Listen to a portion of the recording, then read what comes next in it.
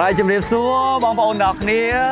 បាទនៅក្នុងរដូវចូលឆ្នាំថ្មីប្រពៃណីជាតិខ្មែររបស់យើងគឺតែងតែប្រារព្ធធ្វើនៅក្នុងខែចេតចន្លោះពីថ្ងៃទី14 15 16ខែមេសា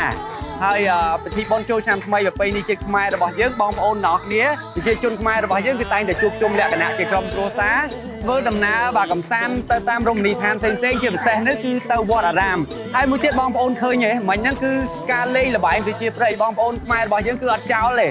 ដូចជាលេងគុញចោលឈូងទាញព្រាត់ហើយមិញលេងលាក់កសែងណាហើយបងប្អូនអ្នកគ្នាក៏លេខមើលខាងក្រោយរបស់យើងបាទគឺ OS Resident នៅក្នុងឆ្នាំនេះគឺគាត់រៀបចំពិសេសខ្លាំងមែនទែនគឺរៀបចំជាមួយនឹងសង្ក្រាន្តឆ្នាំថ្មីដើម្បីអបអរនៅពិធីបុណ្យចូលឆ្នាំថ្មីប្រពៃណីជាតិខ្មែររបស់យើងហើយឱកាសដ៏ពិសេសវិសាលនេះក្រុមហ៊ុន OS Resident ពួកយើងក៏មានការផ្ដល់ promotion ជូនអតិថិជនរហូតដល់ 50% ឯណោះដូចជាសាឡុងខ្នើយពូកនិងគ្រឿងសង្ហារឹមជាច្រើនទៀតហើយអញ្ចឹងបងប្អូនទាំងគ្នាបើសិនជាមានចំណាប់អារម្មណ៍ត្រូវការសម្ភារៈបន្ទប់គេងសម្ភារៈនៅក្នុងគេហដ្ឋានដូចថាឡើងគេហដ្ឋានថ្មីថ្មោងកម្មវិធីអីផ្សេងៗណាតម្រូវការនៅក្នុងផ្ទះបងប្អូនទាំងគ្នាអាចអញ្ជើញមក OS Resident បាទមកមើលផ្ទាល់ព្រោះថាអីវ៉ាន់មានតាំងពី A រហូតដល់ Z ឥឡូវនេះបងប្អូនទាំងគ្នាអញ្ជើញមកមើលមួយខ្ញុំតោះអីលើតោះកុំឲ្យសង្សារខ្លាំងប្រូថ្លៃ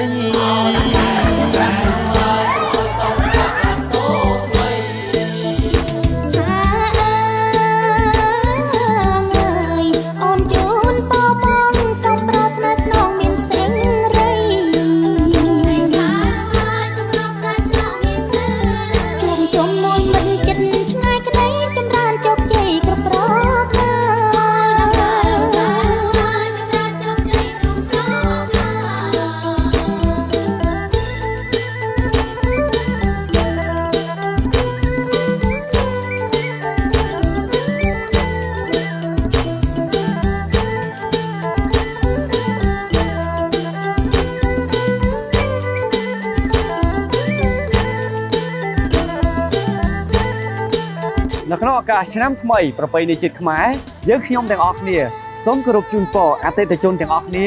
សូមឲ្យជួបតែពុទ្ធពរ4ប្រការគឺអាយុវណ្ណៈសុខៈពលៈកុំបីឃ្លៀងគ្រៀងឡើយសូមអរគុណសូមគោរពលា OS Resident អ្នកផ្ដល់ដំណោះស្រាយដំណេកស្រួលគេងស្រួល